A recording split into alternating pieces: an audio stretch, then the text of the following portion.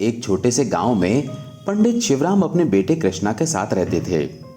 पंडित शिवराम एक बहुत ही ज्ञानी ब्राह्मण थे, जिनकी पत्नी के जाने के बाद शिवराम ने अपने बेटे कृष्णा को ही अपना संसार मान लिया था।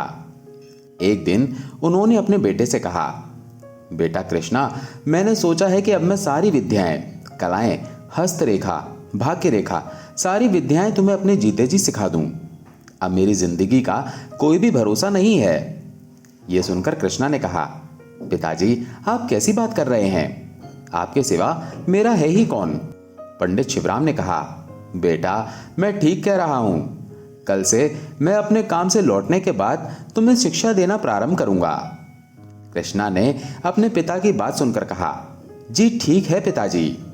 अगले दिन से ही शिवराम काम से आने के बाद अपने बेटे कृष्णा को सारी कलाएं, विद्या, भाग्य रेखा और कर्म रेखा की शिक्षा देने लगे। कुछ वर्ष बीत गए और कृष्णा एक कुशल विद्वान बन गया। पंडित शिवराम ने कृष्णा से कहा, बेटा, मुझे तुम पर बहुत गर्व है। तुमने सारी विद्या, कलाएं कुछ ही वर्षों में बहुत अच्छे से सीख ली हैं।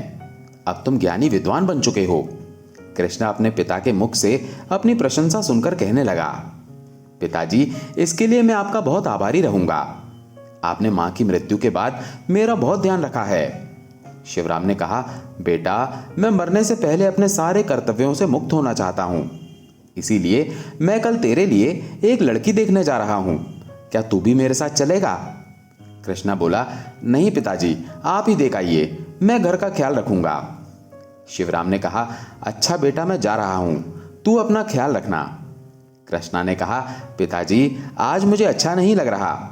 आज आप रहने दीजिए, फिर कभी चले जाना। तू चिंता मत कर, मैं जल्दी ही वापस आ जाऊंगा। ये कहकर शिवराम अपने बेटे के लिए लड़की देखने के लिए पास के ही गांव में जंगल के रास्ते से जाता है। उस जंगल में एक शिकारी कई दिनों से शिकार की तलाश में इधर उधर भटक रहा था। वो शिकारी मन ही मन सोच रहा था, कई दिनों से कोई शिकार नहीं मिला। जब भी मैं निशाना लगाता हूं तो शिकार भाग जाता है। अब तो कोई शिकार भी नजर नहीं आ रहा। चलो आगे चलता हूं, शायद कोई जानवर मिल जाए। तभी शिकारी को एक जानवर दिखाई दिया। वो सोचने लगा, अरे वाह, एक शिकार दिखाई दे रहा है। अब की बार निशाना नहीं चूकना चाहिए। शिकारी ने जैसे ही तीर मारा, तभी पंडित शिवराम वहां से गुजर रहे थे और उसका तीर पंडित शिवराम को जा लगा। पंडित को तीर लगने से वो मूर्छित हो गए। मूर्छित अवस्था में भी उनके मुख से केवल भगवान का नाम ही निकल रहा था, हे राम, हे राम, हे राम, हे राम। तभी शिकारी उनके पास आया और बोला, हे भगवान, ये क्या अनर्थ हो गया? ये तीर तो पंडित जी को जा लगा। हे भगवान, अब मैं क्या करूं? बाबा, बाबा, क्या आप ठीक हो? पंडित शिवराम ने कहा, अरे दुष्ट शिकारी, तूने अपने स्वार्थ के लिए मुझे तीर मार दिया। मैं बहुत प्रसन्न मन से अपने लड़के के लिए लड़की देखने जा रहा था, लेकिन तूने मेरे सपने को अधूरा कर दिया। जा, अब तू भी अधूरा ही रहेगा।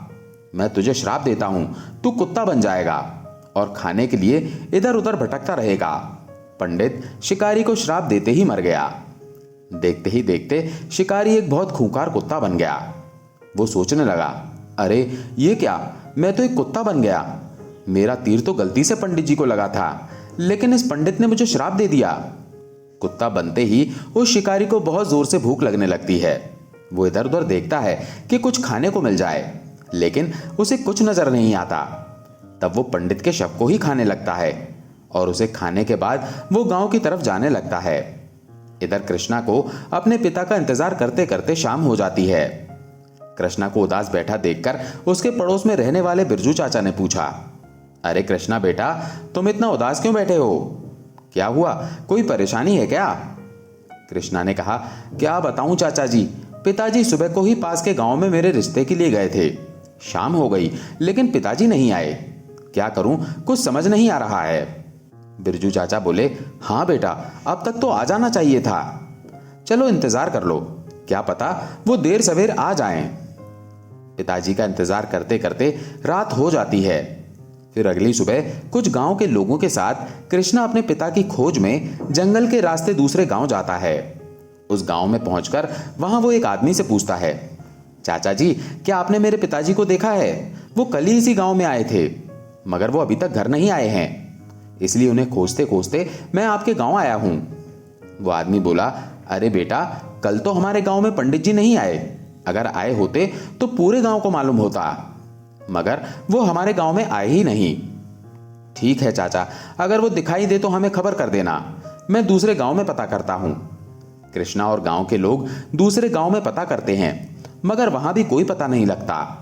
थक हार के वो जंगल के रास्ते घर जा ही रहे थे कि अचानक उन्हें जमीन पर खून पड़ा दिखाई देता है। वो लोग खून को देखकर बहुत घबरा जाते हैं। बिरजू चाचा कृष्णा से कहने लगे, बेटा कृष्णा, देखो तो ये किस चीज का खून है, और ये कपड़ा तुम्हारे पिता का तो नहीं है। कृष्णा बोला, हाँ बिरजू चाचा, ये कपड़ा तो पिताजी पहनकर घर से निकले थे। ये उनका कपड़ा यहाँ कैसे, और ये खून, मुझे तो कुछ समझ नहीं आ रहा। बिरजू चाचा ने कहा, कृष्णा बेटा, मुझे तो लगता है कोई जंगली जानवर तुम्हारे पिता को मारकर खा गया है, इसीलिए यहाँ पर खून है। भगवान उनकी आत्मा को शांति दे। वो लोग ये सब देखकर बहुत ही दुखी हुए। उसके बाद वो लोग अपने घर चले जाते हैं। अब कृष्णा बहुत दुखी रहने लगता है।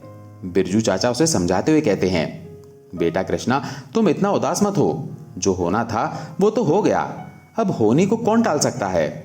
तुम इतना उदास मत हो। कुछ दिन बाद गांव में आफत सी आ गई। गांव में एक रात को वही कुत्ता आता है और गांव के एक आदमी को बहुत बेरहमी से मारकर खाने लगता है। अगली सुबह गांव के लोग बात करते हैं, अरे भाई, देख रहे हो, कल रात से ही रूपेश का पता नहीं है, पता नहीं कहां चला गया है। आज सुबह से ही उसकी पत्नी उसे ढूंढ रही है। अरे भाई, गया होगा कहीं, वो शराबी भी तो है, होगा कहीं नशे में। इसी तरह पूरे गांव में बहस होती है। फिर अगली रात को वो कुत्ता फिर गांव में आता है और सोचता है, कल तो मेरा पेट बहुत ही अच्छे से भर गया था, आज भी कोई अच्छा सा आदमी मिल जाए तो मजा ही आ जाए। लेकिन कोई नजर नहीं आ रहा था। चलो कुछ आगे देखता हूं। तभी उसे एक आदमी बाहर नजर आ जाता है। वो शिकारी उस पर तुरंत हमला कर देता है और उसे भी खा जाता है। वो कहता है, वाह, आज तो कल से भी अच्छा मांस है, बहुत स्वाद आ रहा है। अगली सुबह गांव के लोग एक और आदमी के गायब होने से बहुत चिंतित हुए। किसी को समझ नहीं आता कि ये हो क्या रहा है।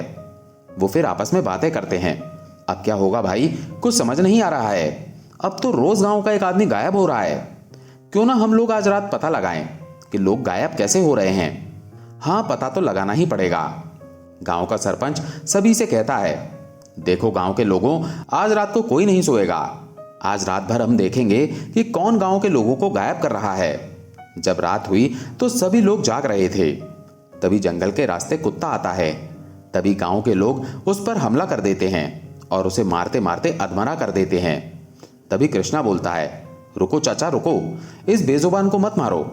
इस बेजुबान को मारने से कुछ फायदा नहीं, ये तो जानवर है, इसे क्या मालूम इंसानियत क्या चीज होती है। बिरजू चाचा बोले, नहीं नहीं कृष्णा, इसने हमारे गांव के आदमियों को मार डाला है, हम भी इसे मार डालेंगे।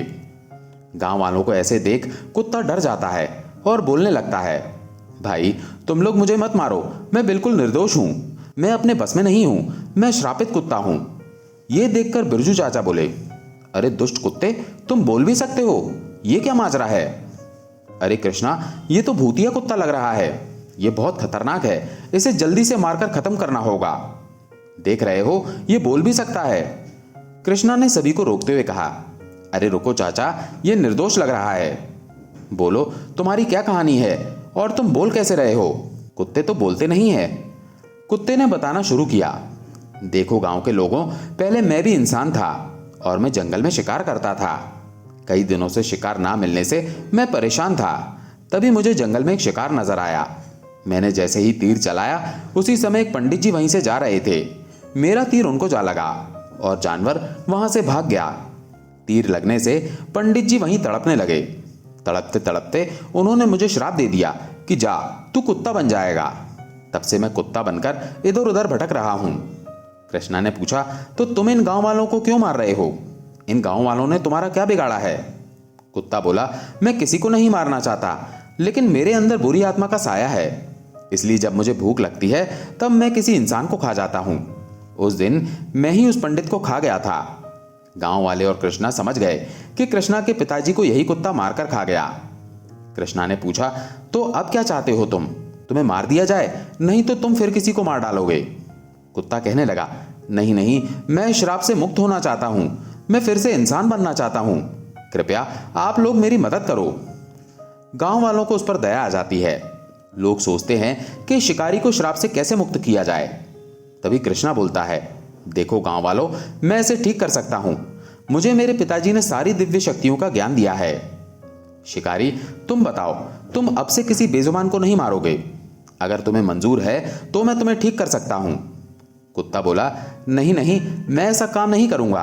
आप मुझे श्राप से मुक्त कर दीजिए, मैं आपका उपकार कभी नहीं भूलूंगा। कृष्णा कुत्ते को अपनी शक्ति से पहले के जैसा इंसान बना देता है और सभी गांव के लोग खुशी खुशी अपना जीवन बिताने लगते हैं। दोस्तों, आशा है ये कहानी आपको पसंद आई होगी। अगर पसंद आई हो तो वीडियो को लाइक करके चैनल को सब्सक्राइब कर लें। धन्यवाद।